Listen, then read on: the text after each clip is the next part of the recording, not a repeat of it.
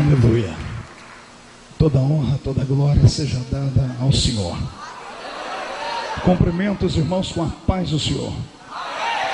Cumprimento os irmãos com a paz do Senhor. Quantos estão felizes hoje aqui? Deixa-me ver. Escolha uma pessoa bonita do seu lado e dê um sorriso para ela. Ficou difícil? Se ficou difícil, pode olhar para mim aqui e sorrir, ok? Os que estão assentados, vamos estar em pé, por favor. Estou muito feliz em poder estar aqui mais uma vez. Enquanto o convite não chegou, eu não sosseguei. Eu falei, será que esse ano não vem?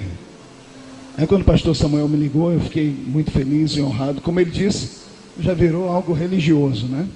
E se não me convidar para o ano que vem, eu venho, nem que seja para ouvir o pregador, né? Obrigado, pastor Samuel. Ele fica me agradecendo, mas ele sabe que eu que devo agradecimentos a ele. Deus usou essa semana mais uma vez na minha vida, semana passada, melhor dizendo, e uma grande bênção nós recebemos através da vida desse profeta do Senhor. Esse ministério parece que está ficando escasso na terra. São poucos os homens em quem nós damos credibilidade profética. E eu gostaria que nas suas orações você sempre apresentasse o pastor Samuel, para que o Senhor o conserve assim em graça e em intimidade com Deus. Amém? Aleluia. Apocalipse capítulo 5. Quão grande és tu, Senhor. Quão grande és tu, Senhor. E vi na mão direita daquele que estava sentado no trono um livro, escrito por dentro e por fora, de todo selado com 7 selos. E vi também um anjo forte que proclamava em grande voz: quem é digno de abrir o livro e de lhe desatar os seus selos? Ora, nem no céu, nem sobre a terra e nem debaixo da terra, ninguém podia abrir o livro, nem mesmo olhar para ele. E eu chorava muito, porque ninguém foi achado digno de abrir o livro, nem mesmo de olhar para ele. Todavia, um dos anciãos me disse assim: não chores, eis que o leão da tribo de Judá, a raiz de Davi, venceu para abrir o livro e os seus 7 selos. E então vi no meio do trono e dos 4 seres viventes e entre os anciãos de pé um cordeiro como tendo sido morto. E ele tinha 7 chifres, bem como 7 olhos, que são os 7 Espíritos de Deus enviados por toda a terra. Veio, pois, e tomou o livro da mão direita daquele que estava sentado no trono. E quando tomou o livro, os 4 seres viventes e os 24 anciãos prostraram-se diante do cordeiro, tendo cada um deles uma harpa e taças de ouro cheias de incenso, que são as orações dos santos. E entoavam um novo cântico, dizendo: digno és de tomar o livro, de abrir os seus selos, porque foste morto e com teu sangue comprastes para Deus os que procedem de toda tribo, língua, povo e nação. E para o nosso Deus os constituíste reino e sacerdotes, e reinarão sobre a terra. Vi e ouvi uma voz de muitos anjos ao redor do trono, dos seres viventes, dos anciãos, cujo número era de milhões e milhares de milhares, proclamando em grande voz: digno é o cordeiro que foi morto de receber o poder, e riqueza, e sabedoria, e força, e honra, e glória, e louvor. E então ouvi que toda criatura que há no céu e sobre a terra, debaixo da terra e sobre o mar, e tudo que há neles, estava dizendo: aquele que está sentado no trono e ao cordeiro, seja o louvor, e a honra, e a glória, e o domínio, pelos séculos dos séculos. E eu digo amém. Feche a Bíblia, coloque no banco, coloque na cadeira, pegue na mão da pessoa mais bonita do seu lado, mais perfumada, aperte a mão do irmão com carinho, da irmã com carinho, até eles falarem aleluia. Pentecostal que não faz barulho está com defeito de fabricação.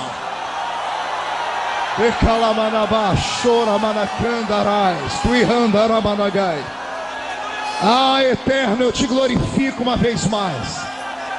E eu espero nesta noite contar com a sua ajuda para ministrar ao coração da sua igreja. Na medida em que eu estiver pregando, Pai, abra o céu sobre esta congregação e desabe a sua glória sobre todos nós, Pai. Cerque esta igreja, Senhor, e num raio de 5 quilômetros onde houver um demônio alojado, eu dou a esses demônios 5 segundos para desaparecerem daqui, porque se não sumirem, serão queimados pelo poder da sua glória que virá sobre nós. E o segundo pedido que faço, ó Deus, é um pedido de atrevimento.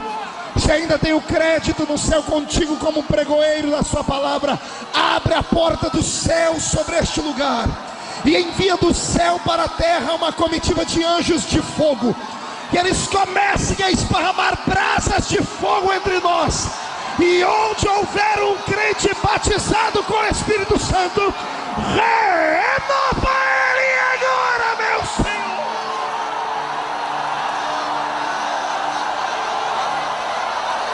E andar abaixo e cantorou benabassuri andar abacara macanda rabagai. Vi andar alabaixo e cantorou bagai teramadaha suria. Fala conosco, Senhor. Fala conosco, em nome de Jesus. Amém, amém e amém. Os que podem, tomem o seu assento, e os que não podem, permaneçam de pé comigo. E todos, uma grande salva de palmas a Jesus, porque Ele merece. Glorificado seja o nome do Senhor. Pergunte para o seu irmão se ele está preparado para uma viagem agora.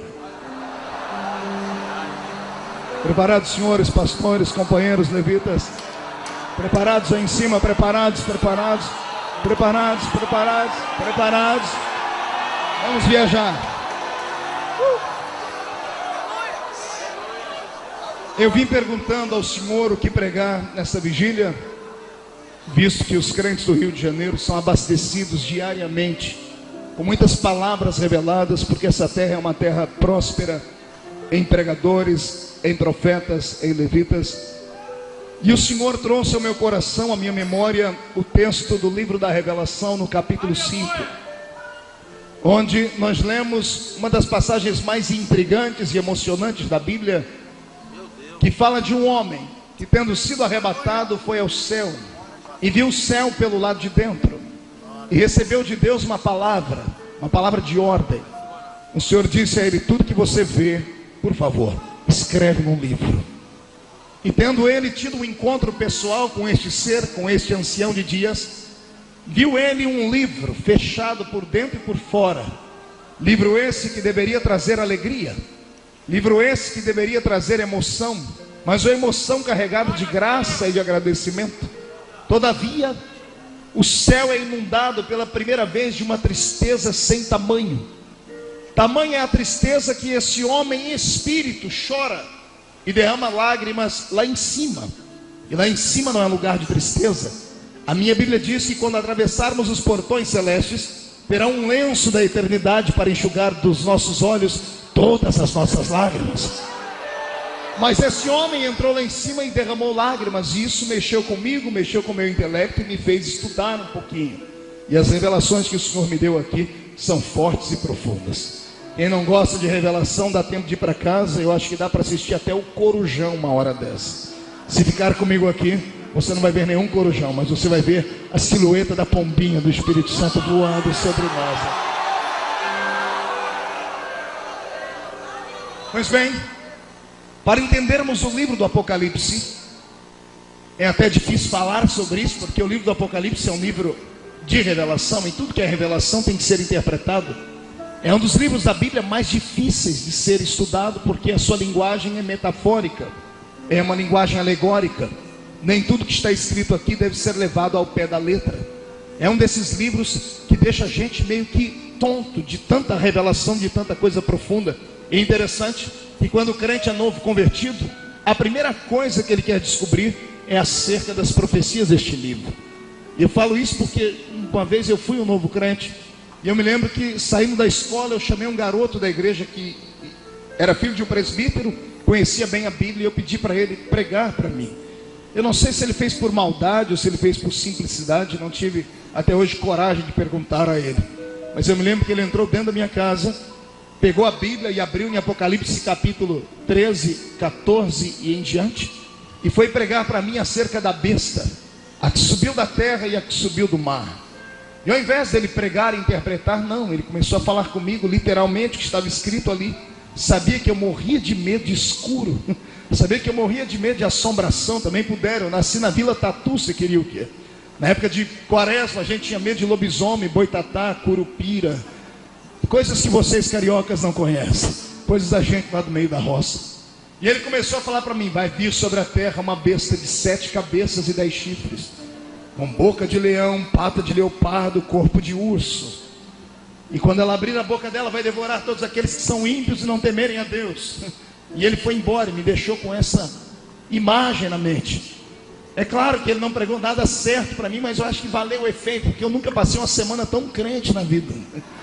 Também nunca passei uma semana com a luz acesa a noite toda como eu passei aquela, com medo de abrir a porta e encarar a besta. Depois de muito tempo eu vi que o irmão que falou comigo é que era uma besta, porque aquilo não tinha nada a ver, era apenas um texto que precisava ser interpretado. 7 cabeças, 7 montes, onde uma grande cidade estará alojada, 10 chifres, 10 grandes reis, que virão de um outro lado, quem sabe da Europa antiga. E eu precisaria aqui de pelo menos umas 15 horas para falar sobre escatologia bíblica, e nós não temos tempo para isso. Isso é apenas para lançar luz a você, que este livro não é um livro de fácil interpretação. Até porque no seu capítulo 1 e no verso 19, o Senhor dá a João uma visão global do que ele vai enxergar. O Senhor diz a ele: as coisas que vistes, as coisas que são e as coisas que hão de acontecer. Ou seja, quem olha para o Apocalipse e pensa que ele é um livro que fala apenas de coisas futuras, está redondamente errado. O Senhor estava dizendo a ele: você vai escrever sobre coisas do passado, as que vistes, as coisas do seu presente, João, as que são, e as coisas que hão de acontecer do seu futuro. Existem textos deste livro que podem ser interpretados de uma, duas, 3 formas. Pode ser interpretado de uma luz apontada para Israel, pode ser interpretado de uma luz apontada para a igreja, e de uma luz apontada para o mundo ímpio e pecaminoso aí fora. Por isso, é um livro que, para se pregar dentro dele e para se ter uma visão, você tem que ter a sua mente aberta. Levante um dedo de profeta comigo, bata na cuca do seu irmão, na mente dele, e diga para ele: abra sua mente então. E só para não perder um costume, aquele glória a Deus que só o povo de Madureira sabe. Interessante é que este é o último livro do cânon sagrado, o livro que tenha sido escrito por último. Quem escreveu este livro não era um rapazinho, nem uma pessoa de meia idade, era um ancião. Tinha ele mais de 90 anos de idade. E aqui começa o desenrolar de uma bela e grande amizade. Para chegar no Apocalipse, permita-me falar um pouquinho do seu escritor, não do seu autor, porque aqueles que conhecem a Bíblia Sagrada sabem muito bem que este livro não tem, como dizem por aí, 40 autores. Esse livro tem 40 escritores. Autor é só um, aquele que está sentado no alto e sublime trono. Ele é o autor. E para falar do autor eu teria que tomar milênios de tempos para falar, porque ele é grande, majestoso e poderoso. Ele é tão grande que os seus pés estão no centro dessa igreja hoje, e a sua face está diante dos serafins que cantam: santo, santo, santo é o Senhor dos exércitos, e toda a terra está cheia da sua glória. Esta é a beleza deste livro. Deixe-me então falar sobre o escritor deste texto. Interessante é que quando o Senhor estava com o seu ministério latente, crescente na terra, ele chamou 12 homens especiais. Repita essa frase comigo: 12 homens especiais. 1, 2, 3. Acotovele seu irmão, diga: eu disse especiais. Faça biquinho para falar. Acotovele, irmão, diga: eu disse especiais. O Senhor não chama ninguém que não seja especial. Todos os que estão debaixo da sua poderosa mão são especiais. Como você que está aqui dentro é especial. Talvez a sociedade não dê o valor que você mereça. Talvez o seu pai e a sua mãe não dê o valor que você mereça. Talvez o seu cônjuge não dê o valor que você mereça. Talvez o ministério da sua igreja não dê o valor que você mereça. Todavia, isso não invalida a sua especialidade. O Senhor, quando te viu, foi com a tua cara. E quando Ele vai com a cara de alguém, não tem quem faça o seu pensamento recuar atrás. Você é especial. Só quem é especial, dê um grito para o Rio de Janeiro todo ouvir.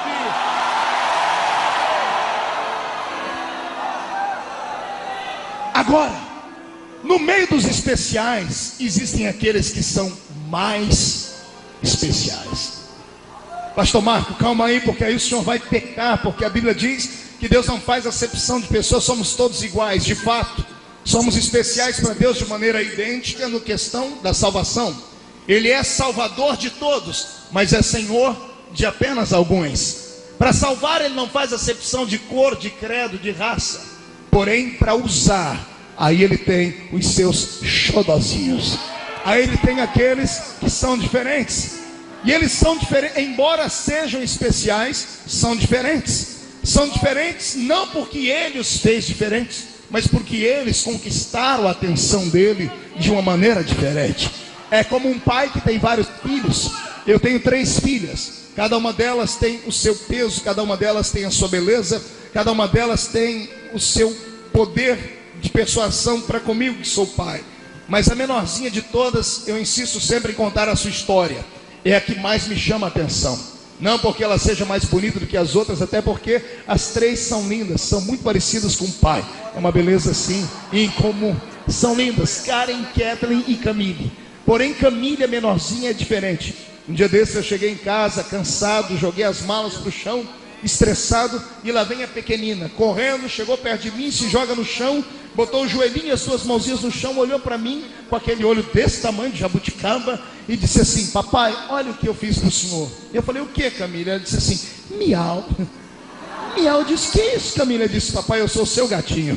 E eu fiz aquilo que todo mundo faz com um gatinho que fica se esfregando na gente. Joguei as malas para o chão, botei o gatinho no colo e fiz um monte de carinho nela.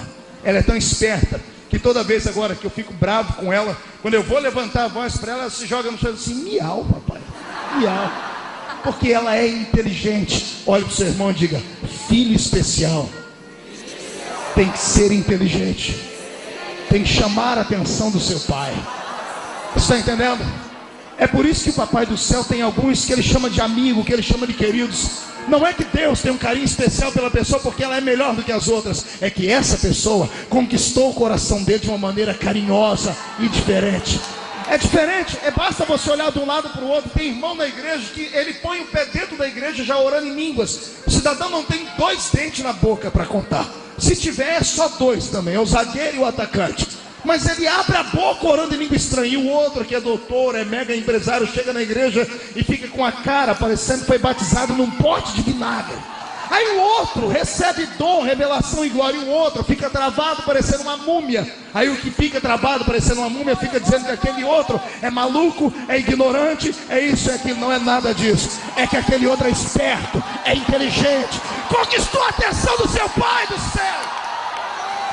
Eu quero te dar um conselho hoje. Chame a atenção do seu Deus. Chame a atenção dele. Faça alguma coisa que você vai fazer Deus ficar assim, estupefato contigo. Eu sei que os grandes teólogos, pastor Samuel, ouvem essa mensagem e dizem assim: ignorante este pregador. Mal sabe ele que Deus não pode ser pego de surpresa. Não tem nada que o crente faça que Deus não saiba. Então não há como surpreender Deus. Você tem razão, teólogo. Mas deixa eu dar agora uma palavra de pai. Uma palavra de pai que quando vê o seu filho, sabe que o filho às vezes não pode pegá-lo de surpresa. Camille é outro exemplo. Às vezes eu estou com ela brincando e ela se esconde atrás da cortina, ou debaixo do sofá, ou atrás de alguma peça da casa. Eu sei onde ela está, mas ela está querendo me impressionar.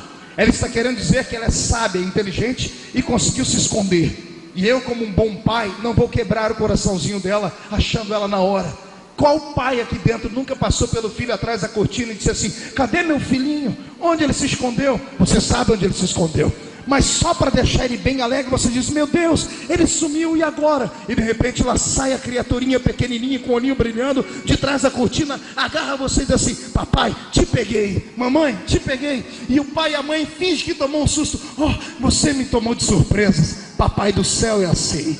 Ele está só esperando você se esconder atrás de uma cortina, enfiar debaixo de um banco.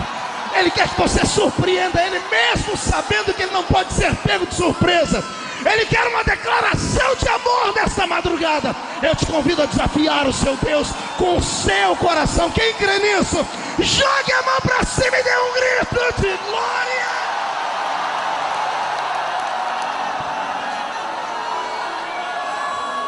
O meu Cristo teve 12 homens especiais, mas ele teve 3 que eram acima da média: Pedro, Tiago e João.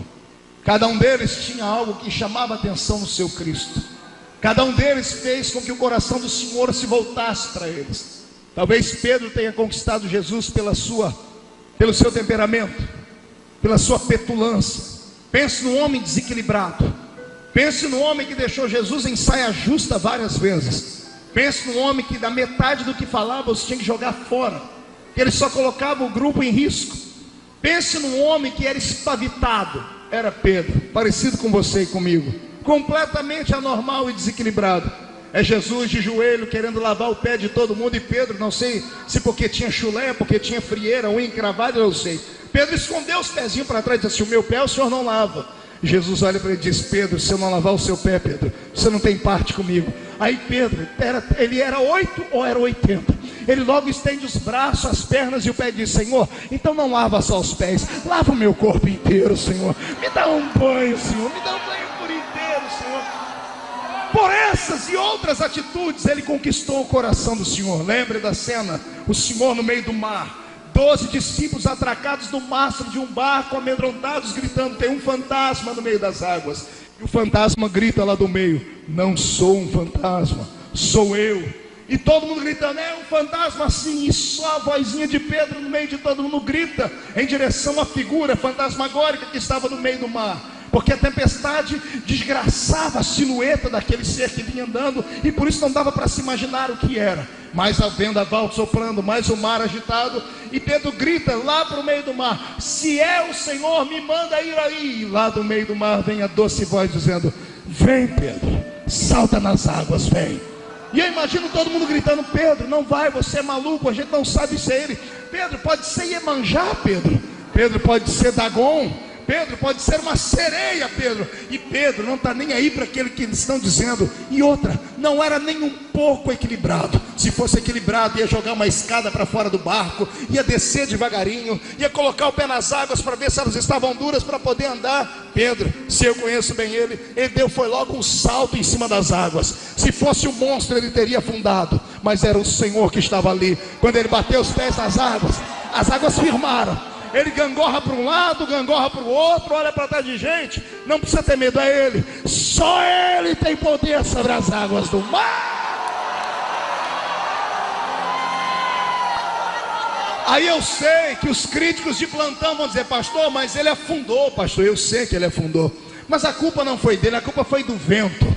O dia que você ler o texto, leia direitinho, você vai ver que o vento tirou a atenção de Pedro. No meio da tempestade, o vento batia no cabelo dele e fez ele olhar para a esquerda. Quando ele olhou para a esquerda, ele viu tribulação.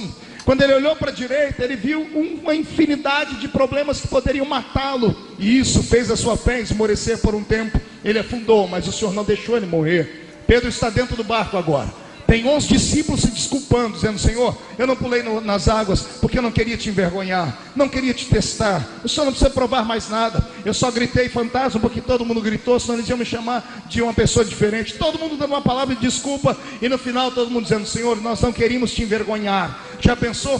Toda vez que alguém lembrar dessa história, vai lembrar que Pedro é um homem de pouca fé. E eu imagino Pedro enxugando o cabelo, pedindo a oportunidade, dizendo: gente, eu quero falar. E todo mundo diz: fala, Pedro. E ele levanta e diz: vocês têm razão. Toda vez que alguém lembrar dessa história, vão me chamar de homem bule, homem de pouca fé. Vamos chamar de homem chaleira, homem de pouca fé. Mas toda vez que alguém contar essa história, vão ter que falar que só 2 seres no universo conseguiram quebrar a lei da gravidade, andaram em cima das águas. Um foi ele, o outro fui eu. Pedro, eu andei em cima das águas. E a multidão dos 11 grita: mas afundou. E ele rebate: mas eu andei. Mas você afundou. Mas eu andei. Mas você afundou. Mas eu andei. O que importa é andar. O que importa é experimentar. Aqui eu quero deixar um conselho para você que tem sonhos. Quero deixar um conselho para você que vê o seu ministério minguar por causa dos outros. Escute uma palavra. Deus ama homens de coragem. Deus ama homens e mulheres apaixonados por Ele ao ponto de ir até o limite.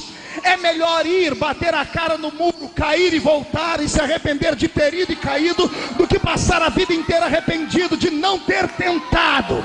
É melhor você bater a cara no muro de tentar e se arrebentar, do que você passar a vida inteira pensando como teria sido. Ei, deixa-me dizer, sabe por que às vezes você assiste alguma fita minha e olhando para trás, o ministério que está atrás de mim, às vezes, nem sempre, é claro que a regra de exceção, nessa vigília é uma regra de exceção. Os pastores, eu falo aqui, eles dão um grito, levantam a mão e entram no ministério. Mas às vezes você vai ver fitas de vídeo, eu pregando, a multidão explodindo e atrás de mim um monte de gente com o olho seco, igual olho de coruja. Sabe o que é isso? É gente que poderia estar onde eu estou, que poderia fazer o que eu faço, mas não fizeram, porque foram covardes, amedrontados, tiveram medo de largar tudo, tiveram medo de deixar tudo, tiveram medo de ousar, e agora ficam arrependidos porque tem que conviver com a amargura da derrota nos lábios, dizendo assim: se eu tivesse tentado, eu teria chegado lá. Mas como não tentou, tem que se contentar com essa cara fechada, parecendo delegado de justiça mesmo.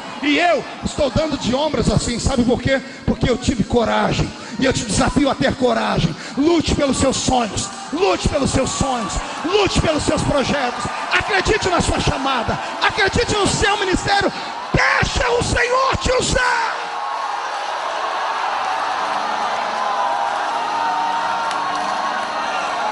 Este foi Pedro. Entre os 12, Pedro teve um lugar de destaque. Ele virou amigo do Senhor. Eu separo assim, seguidores e amigos. Tinham homens que só seguiam o Senhor, outros se aproximaram dele em forma de amigos. Um outro foi Tiago, também puderam. Tiago era um evangelista daqueles arretados. Foi pregar numa cidade, eu não sei se não deram oferta para ele, porque evangelista só fica na carne quando ninguém dá oferta para ele. Eu sei que ele voltou para Jesus e falou: Senhor, não me receberam bem naquela cidade. Eu posso orar para cair fogo e destruir a cidade inteira, Senhor? Jesus olhou e falou: claro que não. Mas Jesus gostou da atitude dele. Falou: esse camarada tem coragem. Mas lá na frente vem a mãe do próprio Tiago interceder, dizer: Senhor, quando o Senhor entrar no seu reino, um dos meus filhos pode ficar à sua esquerda e o outro à sua direita. E Jesus tem que explicar, porque no céu só fica bem aqueles que estão do lado direito, porque à esquerda só fica bode. Tem que ter tudo ovelha. Mas Jesus gostou da atitude. Era gente que tinha vontade de crescer, era gente que tinha vontade de ocupar um lugar especial no coração do Mestre. E Deus, o meu Cristo, apontou, e Tiago virou amigo de Jesus. Se você perguntar para o irmão do seu lado o nome dos 12 apóstolos, vai ser uma confusão daquelas. Ninguém lembra o nome dos 12 apóstolos. Você tenta. Pergunta para o seu irmão: me dá o nome dos 12 apóstolos de cor. Vai lá. Se eu perguntar para nós aqui, obreiros, é perigoso a gente não lembrar. Lembra aí, Gesiel, o nome dos 12. Não sai nem com reza brava. Fala aí, pastor Daniel. Só o mestre que parece pastor Gesiel Gomes mesmo para pregar, que fale o nome dos 12. Não dá, trava. Agora, se eu perguntar, fale o nome de algum discípulo, vai falar todo mundo: Pedro. 1, 2, 3. Olha para o seu irmão e diga: por que você conhece os 3?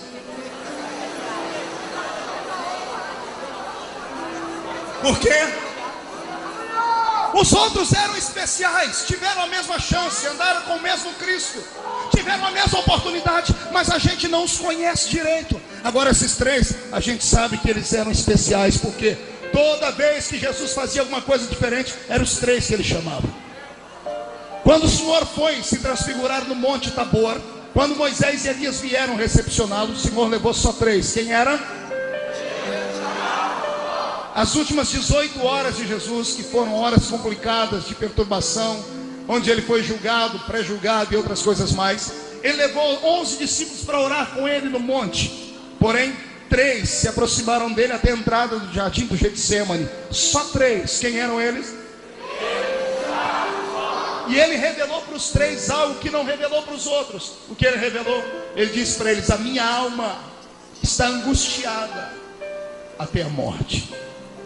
A gente só conta segredos para aqueles que são amigos. Eu quero te desafiar hoje a ser mais do que um seguidor. Eu quero te desafiar a ser amigo de Deus. É possível, pastor? É claro que é, pastor, mas eu como arroz, feijão e farofa, e daí? O Senhor está procurando gente para ser amigo dele aqui. Gente que empreste o ouvido, a garganta, e as suas mãos para levantar e dar um belo grito de glória ao nome dele. Porém, existe um lugar de maior honra. Ele não tem apenas seguidores e amigos. Um dos 12 foi além. Um dos 12 foi além da amizade. Pastor, o que há além da amizade? Há a intimidade. Intimidade, repita comigo essa palavra, 1, 2, 3. É uma palavra romântica, porque Deus é romântico. 1, 2, 3. Pergunte para mim, pastor, o que é que João fez demais? Eu não vou falar, eu vou fazer. Pastor Joel, por favor, vem cá. Está aqui Jesus, Pedro, Tiago, todos aqui, virando, olhando para o pessoal. E aqui está João. Amigos próximos, seguidores ao lado. João já era amigo, mas ele queria mais. Diga para o seu irmão, não se contente com pouco. Diga, queira mais. Agora diga para ele, esteja preparado para pagar o preço. Jesus gostava de churrasco de peixe. Jesus gostava de churrasco de peixe. Eles sempre sentavam e comiam peixe assado. Um belo dia eles estão comendo peixe assado, e João está aqui sempre do lado dele. E João pensou consigo, o coração devia estar saindo pela boca. Continue aqui. Coração saindo pela boca, e diz assim, e se ele me jogar fora? E se ele chamar a minha atenção? E se ele me passar vergonha perto de todo mundo? Um monte de coisas veio à cabeça dele, mas sabe o que ele fez? Ele disse assim, eu vou tentar. O máximo que ele vai fazer é me mandar sair de perto. E João encostou nele. E Jesus não fez nada. No outro dia João senta, encosta, e ele está vendo que Jesus não fez nada, aí ele vai e põe a cabeça. Pelo contrário, ao invés de Jesus empurrar ele, Jesus estende o braço e abraça ele. Escute, isso não é tudo. Daqui a pouco a intimidade é tão grande que ele tirou a cabeça daqui e colocou aqui.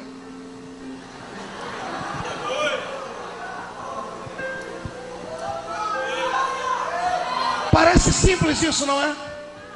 Pastor, só isso? Só isso?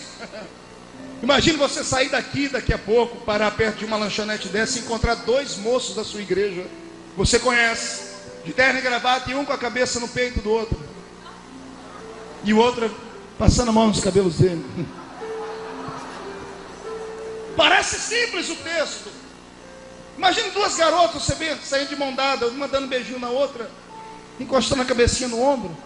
Estamos no século 21, um século de liberalidade, mesmo assim temos preconceitos. Se nós temos preconceitos hoje, imagine há 2000 anos atrás, onde a pederastia, o homossexualismo, o lesbianismo era tratado à base da pedrada, a pessoa morria no meio da rua. João foi além de tudo que os outros fizeram. Ele não se importou com aquilo que as pessoas pensavam. Ele colocou a cabeça no peito de Jesus e disse, eu quero mais. E quem quer mais tem que fazer mais. E aquele que quer fazer mais tem que fazer aquilo que ninguém nunca fez. E se você fizer aquilo que ninguém nunca fez, ele fará aquilo que ele nunca fez por ninguém para você. Quando você ver homens como o pastor Samuel, como os cantores que aqui passaram, como pastores e profetas que estão aqui na minha retaguarda, que tem um ministério abençoado, os homens chamam de sucesso, eu chamo de bênção. Saiba que por trás de tudo isso existe uma história, existe um complexo. Existem coisas que esses homens fizeram que você jamais teria coragem de fazer, talvez. Por isso o Senhor não lhe deu aquilo que Ele teria para lhe dar. Eu não posso falar sobre o presente, da situação deles hoje, mas eu tenho certeza que o passado deles foi de dor, de luta e de sofrimento. Deus não levanta um homem ou uma mulher porque eles são bonitinhos ou porque são inteligentes. Deus não levanta um homem ou uma mulher porque ele é rico ou porque ele tem pena deles. Deus levanta um homem ou uma mulher quando eles têm coragem de ousar, de serem atrevidos. Ai meu Deus, segura para você dar um glória a Deus mais forte. Deus é apaixonado por crente atrevido, por gente atrevida.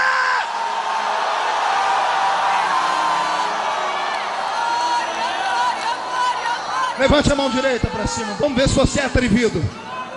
Coloque a mão no ombro de quem está do seu lado. Agarre o ombro da pessoa com carinho. Agarre, agarre, agarre, agarre. Olha aí, tem gente que não tem coragem de fazer isso. Não tem atrevimento. Agarrou, agora chacoalha a pessoa até ela ficar irritada. Irrita ela. Diga para ela, é isso que Deus quer fazer com você nessa vigília. Deus quer sacudir a sua história.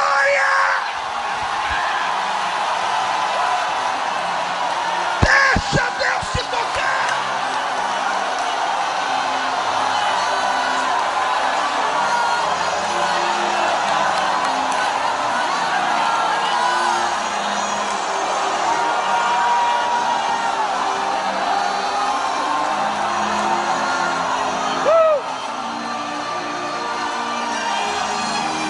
Olhe para cá. Eu estou falando sobre o escritor. Foi por isso que João conquistou um espaço especial ao lado do Senhor. Foi por isso que João recebeu nomenclaturas bíblicas que o Senhor não deu a mais ninguém. Foi por isso que o meu Senhor chamou João de um discípulo a quem ele muito amava. Olhe para cá agora. Foi por isso que João ocupou um lugar especial. E o lugar foi tão especial que o Senhor olhou para ele e disse assim: João, vou lhe dar uma coisa que eu não dei a ninguém. O que, Senhor? Vou lhe dar o privilégio de não morrer de maneira martirizada. Todos os demais discípulos do Senhor morreram de forma truculenta. Uns crucificados de cabeça para baixo, outros esfolados vivos, outros morreram à base da espada, outros à base das flechas, outros afogados, outros foram completamente esfolados em carne viva, arrastados pelas ruas da cidade, como foi o caso de João Marcos nas ruas de Alexandria, arrastado por um cavalo. Mas João permaneceu ileso. Permaneceu ileso, e eu tenho certeza que isso perturbava o apóstolo. Acredito que quando ele tinha os seus 92 anos de idade, quando não tinha mais nenhum dos seus amigos vivos, o que ele mais queria era sair dessa terra, e a morte parecia não ter poder sobre ele. A história diz que o imperador, talvez um dos últimos grandes homens truculentos daquela poderosa Roma, ao convidar João para um diálogo, perguntou sobre a sua fé, e João escarneceu dos seus ídolos pagãos, e esse imperador prometeu matar João, e João olhou para ele dizendo: faça-me esse favor, a morte não é minha inimiga, ela é uma carruagem que me levará mais perto do meu Deus. É uma carruagem. E a história diz que fizeram então um tacho de azeite fervendo, mas era um tacho muito grande, uma espécie de banheira, e colocaram ali azeite fervendo, borbulhando. E o imperador ainda deu uma chance, porque no último momento ficou com pena de um velho de 92 anos de idade. E o velho teve a chance de se retratar negando o seu Cristo. E a história diz que João olhou para ele e disse assim, ironicamente: ó imperador, se eu fosse mais jovem eu mesmo pularia dentro desse tacho, mas na minha idade eu não tenho locomoção com tanta força. Então por favor, mande os seus soldados me jogarem logo dentro deste tacho fervendo. E foi o que o imperador fez. Só que o resultado não foi o que eles esperavam, porque eles esperavam um homem derretido, carne com óleo fervendo, completamente enrugada, e era para virar uma bolinha de borracha enrugada, derreter até os ossos. Mas não foi isso que aconteceu. O que aconteceu foi algo surpreendente. O velho entrou dentro do tacho e parece que não queria sair mais. Pegava o azeite fervendo e passava no rosto. A primeira sessão de hidratação de pele à base de azeite fervendo. A primeira sessão de bronzeamento artificial da história. Foi João, porque saiu dali com a pele um pouquinho mais queimada, mais hidratada. E o imperador grita: por que é que o azeite não tem efeito sobre você? E ele deve ter dito: é porque o azeite que está dentro de mim é mais quente do que o azeite que está no céu.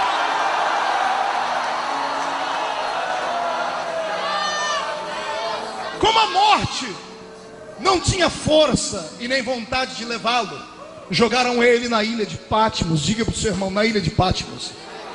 Vem comigo para a ilha. Chegue comigo nas portas daquela grande ilha. Uma ilha rochosa, infestada por bestas feras humanas, homens que eram malditos, bruxos, que os imperadores não tinham coragem de tocar neles, e por causa dos seus crimes hediondos os lançaram naquela ilha.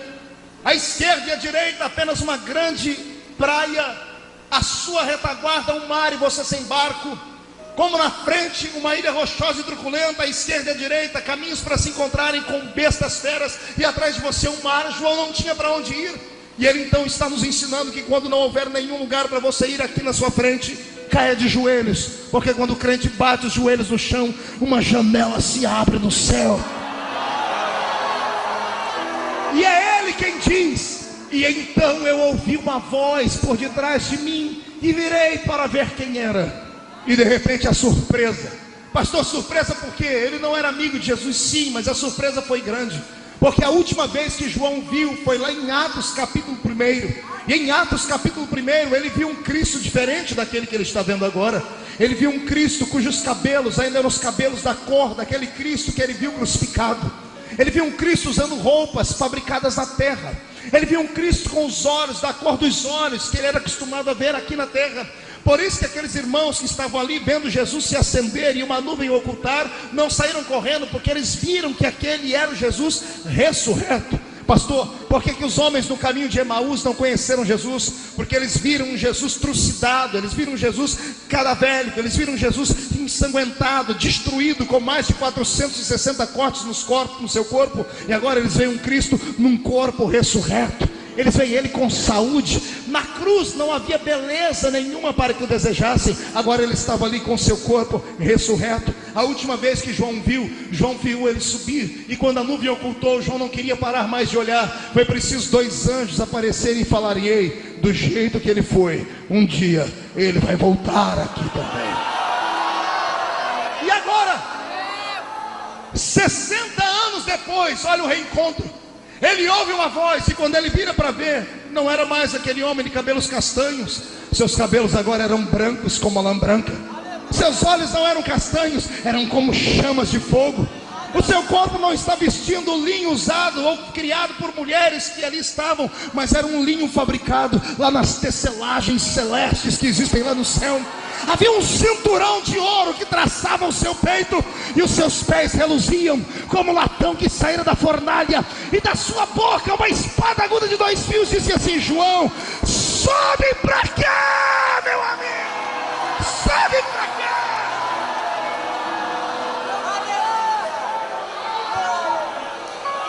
O corpo do velho deita no chão, e o seu espírito é tomado pelo Senhor Jesus. E o espírito do João, arrancado do seu corpo, é levado ao céu, no qual ele entra por uma janela. De mãos dadas com seu Cristo, ele começa a ver a eternidade. Não sinta inveja de João, um dia nós estaremos lá também. Não sinta tristeza por não ser como ele, nem que seja com palma nas mãos. Eu quero te ver lá naquele lugar. Estaremos lá. E uma visita rápida pelo céu, João vê e entende tudo que está à sua volta, porque quem está em espírito no céu não precisa perguntar, tudo lhe é mostrado instantaneamente. E ele recebe do Senhor Jesus incumbências, e uma delas é mandar 7 cartas às 7 igrejas que estão na Ásia. Deve ter sido a pior parte de escrever o Apocalipse, porque havia algumas igrejas que nutriam pelo Senhor não um amor, mas uma aversão.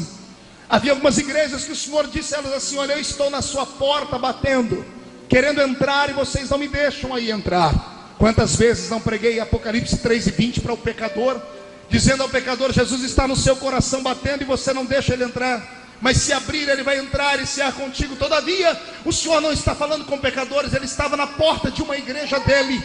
E a igreja onde ele estava, o líder da igreja era maior do que ele, e mandou trancar a porta na cara de Jesus, e disse: aqui ele não pode entrar.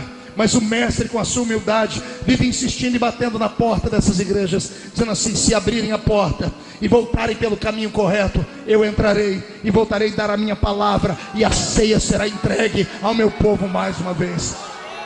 Eu poderia aqui gastar mais 2 horas falando sobre igrejas que fecharam a porta de Cristo, mas não é essa a mensagem. Tem uma igreja pior do que essa. O Senhor está dizendo para João: João, há um trono nessa igreja maior do que a cadeira do pastor presidente. Há um trono nessa igreja que é o trono de Satanás. Satanás fez o seu trono dentro da igreja. E o Senhor está dizendo: mas se esta igreja se voltar para mim, eu posso perdoá-la. O Senhor está dizendo que o coração dele está aberto para tudo. Depois do susto que João tem de saber que existem igrejas, ou existiriam igrejas talvez no futuro, onde o trono de Satanás estaria alicerçado dentro dela, porque doutrinas de demônios estariam sendo ensinadas aos seus fiéis.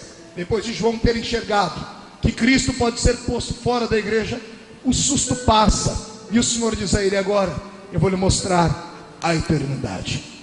E João vê uma porta se abrindo, e ele entra dentro de uma grande sala. Venha comigo para esta sala agora. Quando ele entra dentro dessa sala, ele tem visões surpreendentes.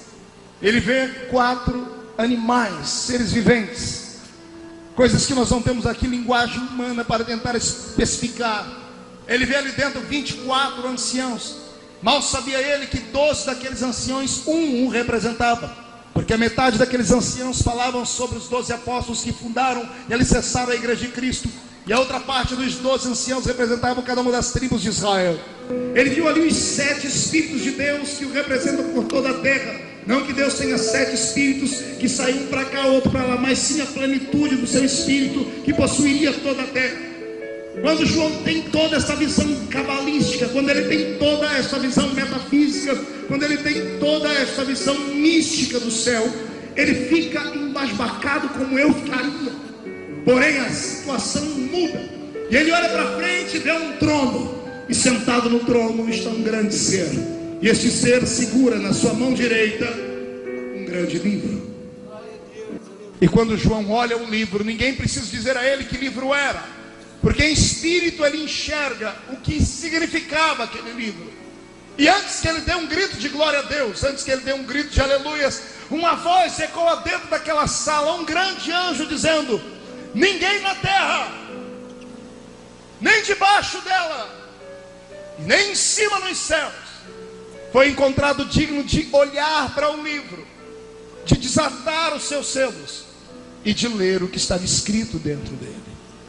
E nesse momento ele diz: e eu, João, chorava muito. Aqui começamos a pregação da palavra dessa noite. Que livro era esse? Que livro era esse que fez o ancião olhar para ele e chorar em espírito dentro do céu? Eu sei que alguns podem olhar e dizer assim: pastor, é simples. Nós sabemos que cada um desses selos, ao serem desatados, liberariam sobre a terra catástrofes, assim como as 7 taças, assim como as 7 trombetas tocadas. Parece que tudo com conexão 7 dentro do Apocalipse fala de desgraças e de misérias. Por isso eu disse que existem textos que têm mais de uma interpretação, e eu vou lhes dar apenas uma das interpretações deste livro. O que eu descobri me fez chorar muito de alegria e me fez saltar e entender o choro do velho ancião. Quando ele olhou para aquele livro fechado por dentro e por fora, e um anjo gritando que ninguém podia abrir, ler ou desatar os selos, ou mesmo de olhar para o livro, eu entendi o choro de João. Aquele livro é o livro mais importante que existe lá em cima nos céus. É um livro escrito pela própria mão divina. É um livro escrito com uma tinta que não há mais em todo o grande universo. Não era um livro de acontecimentos futurísticos. Era um livro da vida. Era um livro da redenção da humanidade. Eu disse o livro da redenção da humanidade. E me choca ter que repetir 2 vezes a palavra redenção para ver um crente dar um grito de glória. Mas eu entendo. Vivemos uma época que ninguém mais prega sobre cruz, sangue, redenção, pecado, ou perdão de pecados na igreja. Vivemos uma época, José, onde só se fala de riqueza, de prosperidade, de possibilidades. Vivemos uma época onde os crentes entram dentro da igreja e parece que estão dentro de um consultório de um psicólogo, onde os pastores parecem querer mais tratar dos seus problemas de desequilíbrio emocional do que da sua alma propriamente dito. Vivemos uma época em que as pessoas vêm para a igreja para terem os seus egos massageados. Vivemos uma época em que os crentes vêm para a igreja para ouvirem as pessoas elogiarem, falarem como estão bonitinhos, como estão fofinhos, como estão transitando dentro da igreja de uma maneira tão bela. As pessoas querem os holofotes, querem o brilho, querem ser destaques. Ninguém mais quer cruz. Querem um evangelho desproporcionado, não querem mais compromisso. querem um evangelho prostituído, um evangelho adulterado.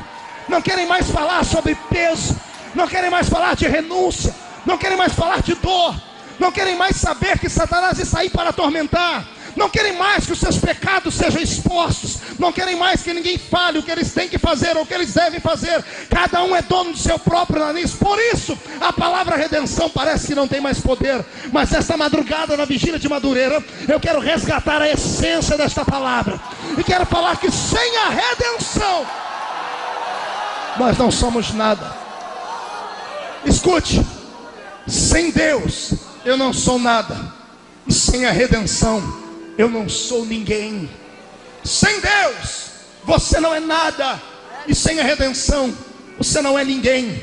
É claro que para levar você ao contexto dessa palavra, eu teria que falar que redenção é quando alguém olha para você e vê que você não tem forças para ir a um lugar ou para carregar algum peso, e a pessoa troca de lugar com você. Redimir alguém é você salvaguardar a pessoa, se colocar no lugar dela ou pagar a dívida dela. E como a palavra redenção não está mais em uso, eu tenho que usar a própria Bíblia para te fazer lembrar. Vou te explicar o que é redenção com um texto bíblico. Imagine você com uma doença incurável agora, mas a doença é tão tenebrosa que você não tem mais nariz para respirar, porque a cartilagem apodreceu, as suas orelhas já não existem mais, a sua língua está purulando pus, os seus dedos, as suas articulações já não se mexem, você não tem unhas porque as unhas apodreceram, você está agora suando sangue, você está agora transpirando pus, você está fedendo, seus cabelos estão caídos, e você parece mais uma figura que saiu de um filme de terror do que um ser humano. Pior não é isso, não tem ninguém para repartir essa dor, porque a sua família te abandonou, e antes de te abandonarem, você ainda teve que pegar na alça de 10 caixões e enterrar 10 filhos com a sua própria mão. E de reconhecimento de riqueza, você não tem mais nem casa para morar, você está no meio das cinzas. Os seus amigos vieram te confortar e acabaram perdendo a paciência e te falaram que você está em pecado e tem pecado escondido. Você olha para cima e não vê mais a glória de Deus e começa a discutir com Ele. Ao invés de ouvir coisas boas, você tem que ouvir Deus às vezes te dar um puxão de orelha. Você olha para toda a sua riqueza e vê que a única coisa que sobrou foi um caco de telha, e você está agora abandonado por tudo e por todos, e não há mais salvação, não há esperança para você. Por isso todos te deixaram. E de repente, como que por um passe de mágica, como que num encantamento místico, dentro do seu cérebro que já está destruído e morto, esperando apenas a sepultura se abrir, lá dentro, no fundo do túnel, uma luzinha começa a piscar, e uma lembrança de que você serve um Deus que tem poder para colocar o homem no cativeiro, e tem poder para arrancar o homem do cativeiro. E de repente você se lembra que o seu Deus não é um Deus, Ele é o único Deus, e que quando Ele tem promessa na vida de alguém, a morte não tem poder sobre a pessoa até que a promessa se cumpra na vida dela. E aí, o que é que você faz? Mesmo não tendo ninguém para ouvir a sua confissão, porque tudo que ouviram foi um desabafo, você dizendo: eu amaldiçoo o dia em que eu nasci.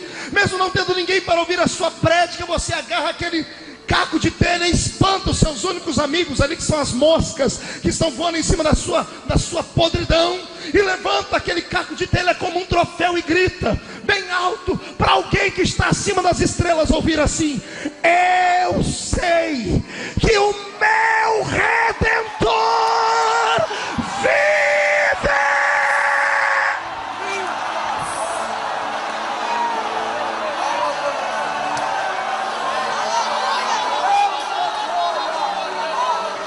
E de repente, a pele que estava podre fica como a pele de uma criança. A orelha que caiu recebe uma orelha nova, um nariz novo. A riqueza começa a vir para sua mão, e de repente você que perdeu um, agora tem 2. Perdeu 1 milhão, agora tem 2 milhões. E vem a família de volta ao seu redor, e você termina os seus dias batendo no peito, dizendo: Ele tira, mas Ele devolve. Ele põe na prova, mas Ele faz sair da prova. Ele me prova, mas me abençoa. Isso é a redenção. Isso foi o que Jesus fez. Pastor, se esse livro é um livro da redenção da humanidade, eu vou repetir de novo. Esse livro era o livro da redenção da humanidade. Pergunte para mim o que estava escrito lá, pastor. Consertando. O que está no presente escrito lá, pastor? Puxa a barriga, estufa o peito, faça um sorriso bem grande. O seu nome está escrito lá.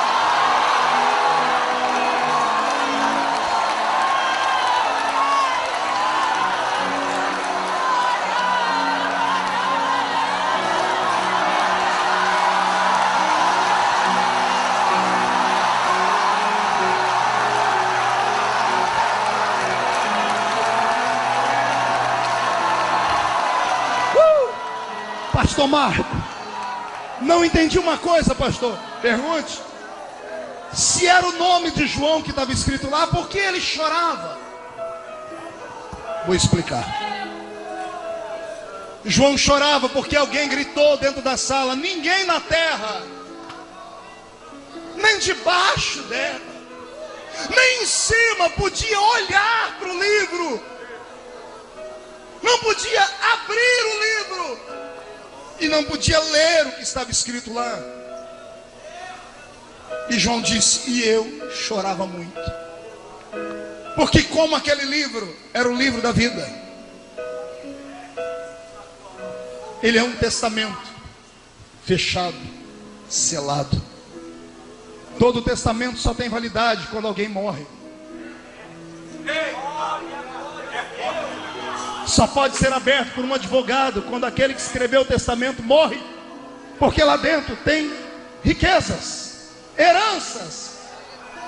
E se o livro não fosse aberto, não teria igreja, não teria vigília de Madureira. Se o livro não fosse aberto, não teria línguas estranhas, não teria lágrimas, esperança. Se o livro não fosse aberto, não teríamos nós o ministério que Jesus nos deu. Se o livro não fosse aberto, você não estaria com esse sorriso nos seus lábios, ou com essas lágrimas gostosas que descem por aí. Se o livro não fosse aberto, você era escravo e capacho de Satanás até hoje. Só por isso, quando João viu o livro fechado, ele disse para si mesmo, não valeu a pena. Todos morreram. Morremos em vão. Tudo foi em vão, porque ninguém pôde abrir o livro. Quantas e quantas vezes em cultos missionários eu não preguei sobre Isaías 6 e 8, usando o texto de forma profética missionária, dizendo, o Senhor está perguntando, a quem enviarei? Quando eu descobri a complexidade, a revelação deste capítulo, eu chorei muito. Porque Isaías está apenas falando aquilo que ele ouviu Deus dizer na eternidade. Deus veio sobre a terra de Gênesis a Malaquias, 5 dispensações: inocência, consciência, governo humano, patriarcal e lei. Em cada uma delas Deus tentou conquistar o coração do homem e não conseguiu. Quando o Senhor retorna para o seu trono, no final da época da lei, Ele senta no seu trono, põe as mãos na cabeça, olha para a humanidade perdida e grita, e agora? A quem enviarei? Quem há de ir por nós? Porque na terra, nem embaixo dela, nem em cima, ninguém podia. E como ninguém podia, estávamos condenados.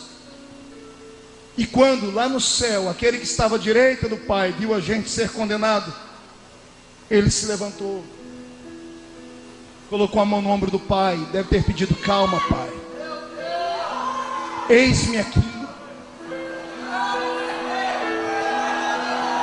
Eis-me aqui, envia-me a mim. Eis-me aqui. E eu imagino, olhe para o seu irmão, diga para ele, trouxe lenço? Se não trouxe, prepare a manga da camisa, a ponta da gravata, vamos chorar um pouco. Olha o diálogo que o Senhor me contou. O pai dizendo ao filho, mas eu já fui. E os homens não me aceitaram. Se você for, vai ser de igual forma. E o filho dizendo, papai, eu vou de uma maneira diferente. O Senhor foi com fogo, poder e glória. O Senhor foi e tentou conquistar e convencer o homem com autoridade. Mas quando o Senhor falava, o monte tremia. Quando o Senhor agia, a terra engolia os homens. Os homens não temiam ao Senhor, os homens tinham medo do Senhor. Pai, tem alguma coisa neles que nós não entendemos. E aí imagino Jesus dizendo ao Pai: Pai, nós criamos o frio, mas nunca sentimos frio. Nós criamos a dor, mas nunca sentimos a dor. A solidão, mas nós nunca sentimos solidão. Nós criamos o desespero, mas nós nunca sentimos o desespero. Nós criamos a fraqueza, a fome, a sede, mas nós nunca sentimos que somos divinos, eternos. Está faltando alguma coisa, a gente precisa entendê-los. E para entender só tem um jeito, Pai. Eu tenho que ir e ser igual a eles. Eu vou lá testar. Eu vou lá tentar entender o que eles passam. E depois eu volto para contar para o Senhor como é que é. E é Paulo quem explica: ele mesmo sendo Deus, não tem por usurpação ser igual a Deus. Antes aniquila a sua forma divina e desce entre nós e se fez carne. Como pregador pentecostal, pastor Samuel, eu amo falar de milagres. Eu amo falar sobre as possibilidades de um mundo metafísico. Eu gosto de falar sobre as coisas que Jesus fazia. Até gosto às vezes de brincar. Quer me deixar feliz? Um dia desse uma cantora me convidou para fazer uma voz, aquelas vozes fortes, num livro, num CD dela do hino de Lázaro, para fazer Jesus chamar Lázaro. Eu amo fazer aquilo. Jesus de frente da tumba, manda todo mundo tirar a pedra e grita: Lázaro, sai para fora. É lindo isso. É lindo falar de alguém que anda em cima das águas, que chega perto de um cortejo fúnebre e para. Ninguém nunca parou um cortejo fúnebre na história, só ele. E alguém diz: não pode dizer, eu posso, porque eu posso dar vida àquele que está dentro do caixão. Sai daí! Eu amo falar sobre isso. Mas você quer ver eu ficar feliz? É eu ver o meu Jesus chegar e sentar perto do poço de Jacó, tirar a sandália do pé, apertar o seu pé porque está vermelho, empoeirado, limpar o suor e dizer assim: meninos, eu estou com a sede, queria beber um pouquinho de água. E ninguém tem caneca d'água para tirar a água do poço. E vem uma mulher que era inimiga da nação dele, e ele esquece o negócio de inimizade e diz assim: ô moça, me dá um pouquinho de água porque eu estou com sede. Porque aqui eu me identifico com ele. Ele sentiu sede. Ele sabe a agonia de alguém sentir sede. Ele sentiu fome. Depois dos 40 dias de jejum, a Bíblia diz assim: e tendo terminado o jejum, ele sentiu fome. Sabe como eu amo quando ele entra dentro do barco e diz assim: gente, eu vou deitar ali na polpa do barco e vou descansar um pouquinho, que eu estou cansado. Por que os outros não foram descansar também? Eles não andavam juntos? Eles tinham só uma diferença. Depois de uma grande cruzada evangelística, os discípulos iam fazer churrasco e ele subiu um monte para orar. Talvez o sucesso de Jesus seja esse, diferente do nosso. Quando nós temos um sucesso, a gente quer fazer uma festa. Vamos para restaurante comemorar, abrir uma Coca-Cola. Toda vez que ele fazia alguma coisa, não, Sérgio, ao invés de fazer uma festa, ele ia para o monte, se isolava e orar. Aí ele estava cansado, deixa eu descansar um pouquinho. Sabe onde eu amo? Eu amo quando ele entra no jardim, e lá de joelho, a aflição, a dor, ele grita assim: Pai, se possível for, passa de mim esse cálice. Sabe onde eu amo? Quando ele está pregado na cruz e olha para o céu, e o céu se abre, e ele vê Deus de costa. E para não deixar os discípulos desviados, ele ora numa língua extinta. Ele olha em aramaico: Eloi, Eloi, lama sabachthani. Deus meu, Por que me abandonaste? Não foi essa a sua oração essa semana? Não é isso que a gente passa? Quando Judas foi chegando para dar um beijo nele, ele agarrou Judas e deu um beijo nele de novo e disse assim: amigo, eu sei o que você está fazendo, faz rápido. Ele entendeu o que é sofrer, o que é ser traído, o que é ficar sozinho, o que é gritar os amigos: vamos orar, gente, não puderam orar um pouquinho comigo?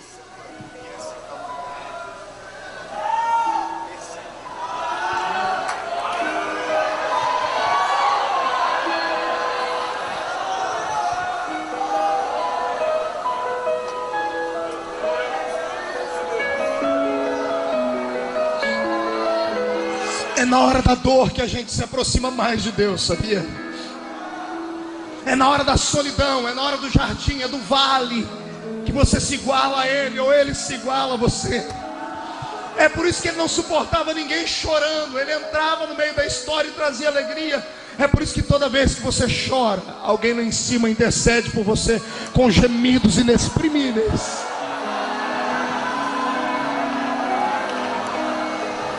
Incline a sua cabeça por um momento.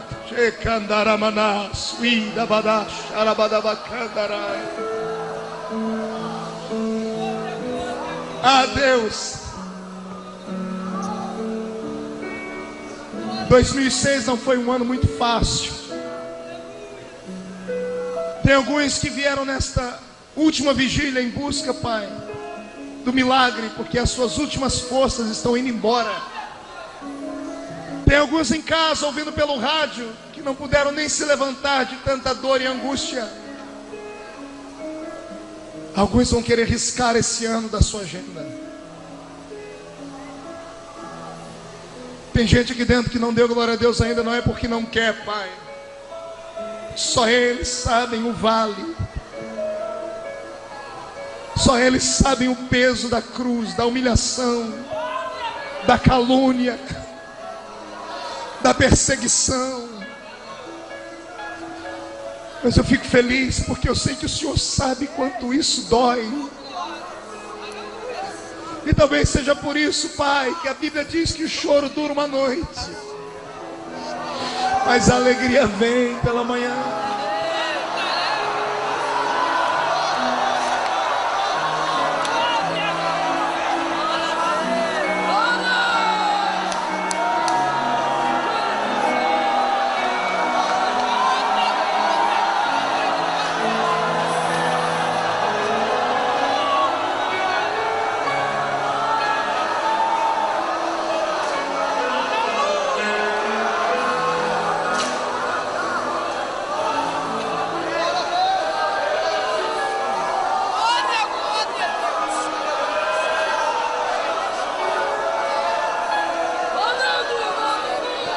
O que me deixa feliz, Senhor, é saber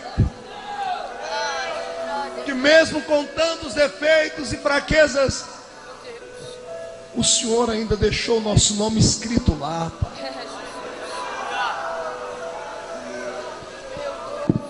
Não me importa, Senhor, qual é a fraqueza que os seus filhos que aqui dentro estão nessa vigília passam ou vivem. O que me importa é que se eles estão aqui, é porque o nome deles está escrito aí.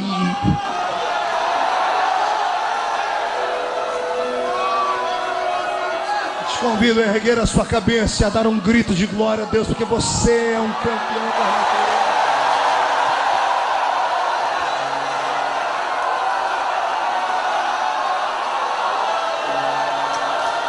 Eu não sei quantos te apedrejaram esse ano, eu não sei quantos te acusaram esse ano, eu não sei quantos vales você passou esse ano. Eu tenho uma palavra de Deus para você a partir de hoje. Não aceite a acusação de mais ninguém. Não aceite, rejeite. Ainda que a pessoa te mostre uma mão furada, se a mão estiver furada, peça primeiro a certidão de nascimento dela. Se ela não nasceu há 4 anos antes de Cristo, no 4º ano, ano Domini, e lá não está a cidade de Belém, e o nome do pai, José, e o nome da mãe, Maria, não aceite. Porque ninguém nessa terra, vivo hoje, morreu por você na cruz. Ninguém tem o direito de apontar o dedo para você. Por nada! Por nada!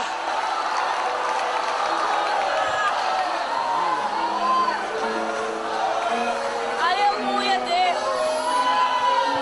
Eu vou lhe falar uma coisa hoje, por favor, escreva para você sair daqui não andando, voando hoje. O seu nome não foi escrito a lápis naquele livro. Seu nome não foi escrito a carvão que qualquer coisa apaga. Seu nome foi escrito com sangue naquele livro. Seu nome foi escrito com uma tinta que não existe mais.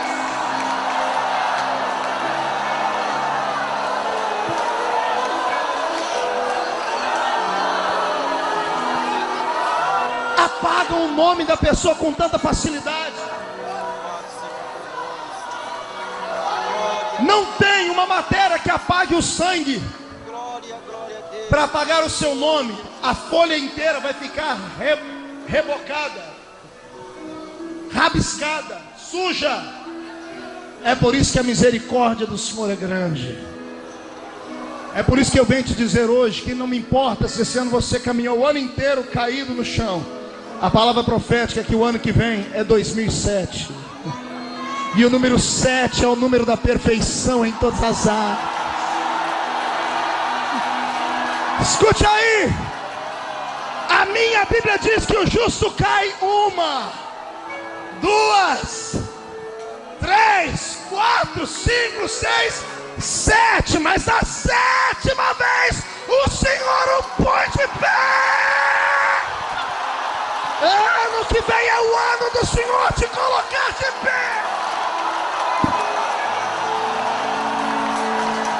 Cadê o barulho dos pentecostais que tem o nome escrito no livro da vida? Cadê?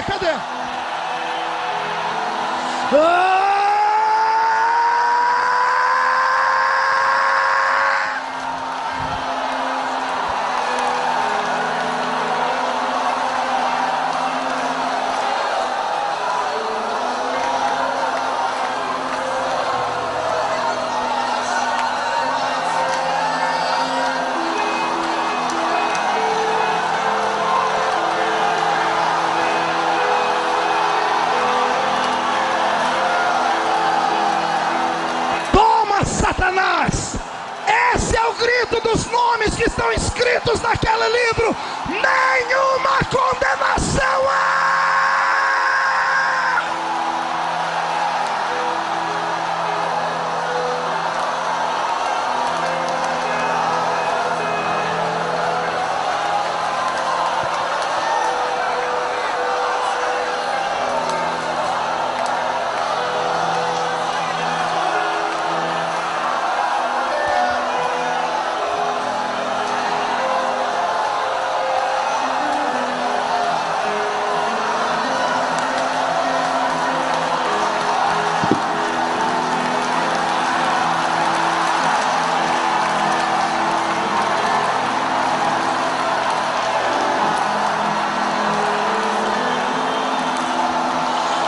Cai fora, Satanás!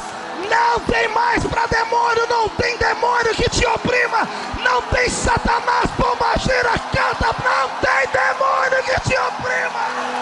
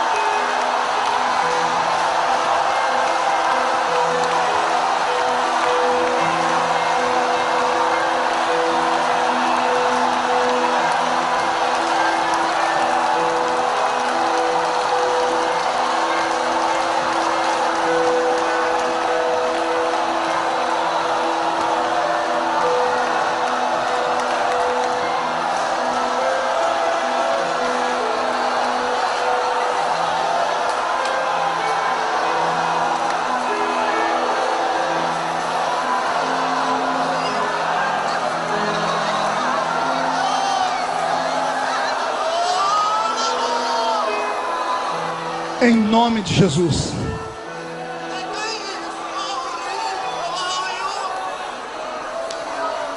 Não deixe ninguém roubar de você a alegria da salvação. Ontem, pastor Samuel, estava no aeroporto de São Paulo, esperando uma conexão. E entrei dentro de um estabelecimento comercial. Uma senhora me atendeu. E quando ela me olhou, eu não estava de terno nem de gravata. Ela olhou para mim e disse assim: de congregação o senhor é? Eu disse: eu sou pastor assembleiano. Ela olhou para mim, abaixou a cabeça assim: e eu sou uma desviada. Eu olhei para ela, coloquei a mão no queixo dela, levantei e disse assim: não, você não está desviado, você está de férias. E sorri. Fiz uma brincadeira. Uma lágrima desceu. Ela disse: ninguém nunca me disse uma coisa tão bonita. Todo mundo que entra aqui me chamou de desviado ou de mundana. Eu disse: se você fosse desviado ou mundana, o espírito que está em ti não testificaria com o espírito que está em mim.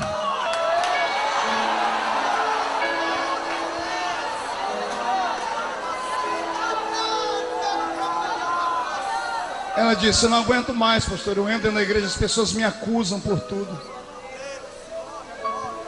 Ela olhou para mim e disse assim: pastor, eu não tenho culpa, que eu nasci de carne e osso, tenho defeitos. Eu disse: eu estou congregando em casa, todo dia de noite eu oro, pego a harpa, canto. Mas os irmãos da igreja, quando eu chego, parece que eu tenho lepra, sentam longe de mim. Infelizes. Pensam que foram eles que morreram na cruz por ela. O mistério da redenção e do perdão é algo que você não tem que entender, só absorve. E acredite, a pior prisão que há é a prisão chamada... Ah, Jesus, fala ou não fala?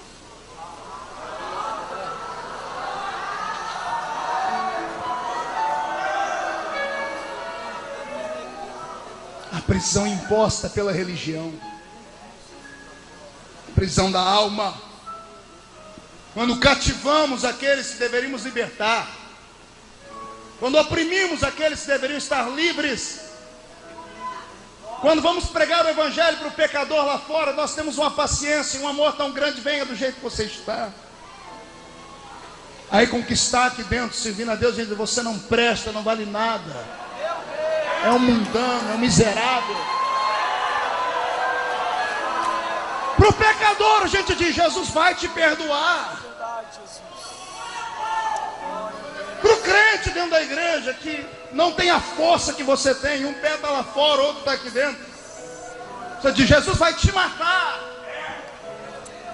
Tem alguma coisa errada nessa história. A redenção da humanidade prova isso. Ele morreu por você e ponto final. O sangue dele vai te dar um banho hoje. O mundo aí não começa o ano com roupa branca, roupa vermelha. Usam roupa íntima, uma de cada cor. Pois bem, você vai começar com vermelho também esse ano. O sangue vermelho de Cristo sobre a sua história.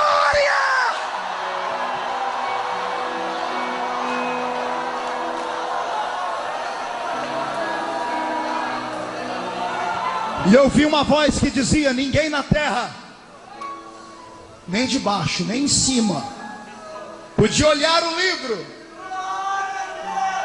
desatar os seus selos e ler o que estava escrito lá. E eu, João, chorava muito, até que um ancião se levantou e veio até mim e disse: João, não chores. Olhe para o irmão do seu lado, passe a mão nas costas dele e diga assim: não chores. Não, diga com mais força, diga: não chores. Não chores. Não chores, Daniel. Não chores, Samuel. Não chores, Jean. Não chores. Não chores, gente. Não chores. Não chores. Por que não chorar? João, já encontramos o campeão, o dono do testamento, João. Olha ele ali, João. E João dizia: eu virei para ver, e lá estava ele. Qual o nome dele? Eis ali, João, o leão da tribo de Judá. Eis ali, João, a raiz de Jessé, João. Quem está sentado, fique de pé, pegue na mão do seu irmão. Feche os seus olhos. Veio, pois, e tomou o livro da mão direita daquele que estava sentado no trono. E quando tomou o livro, os 4 seres viventes e os 24 anciãos prostraram-se diante do Cordeiro, tendo cada um deles uma harpa e taças de ouro cheia do incenso, que são as orações dos santos do Rio de Janeiro, que estão na vigília de Madureira.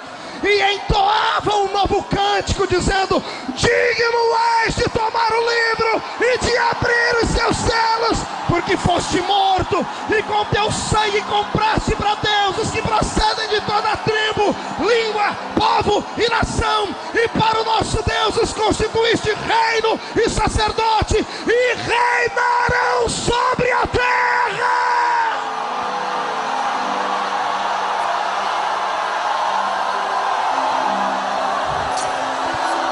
E ouvi uma voz de muitos anjos ao redor do trono, dos seres viventes e dos anciãos, cujo número era de milhões e milhares de milhares, proclamando em grande voz: digno é o Cordeiro que foi morto de receber o poder, a riqueza, a sabedoria, a força, a honra, a glória e o louvor.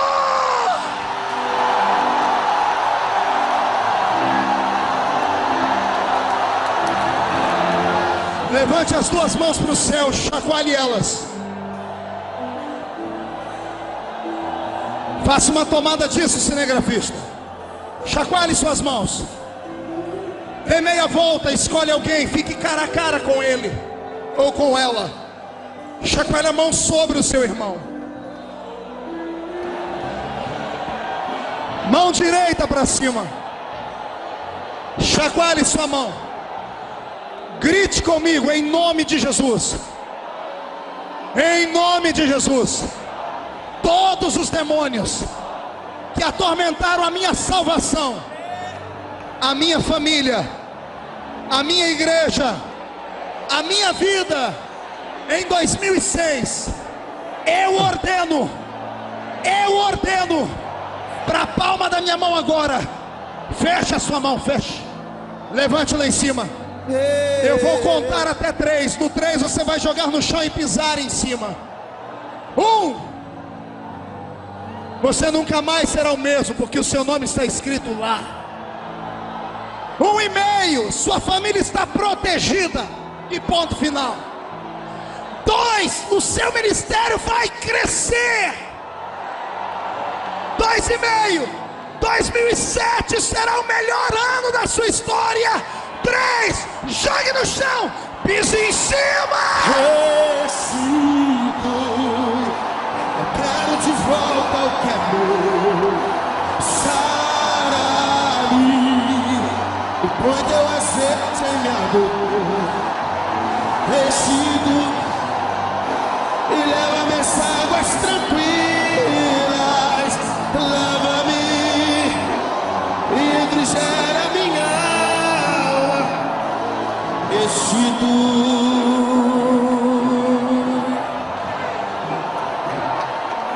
Restitui, Senhor.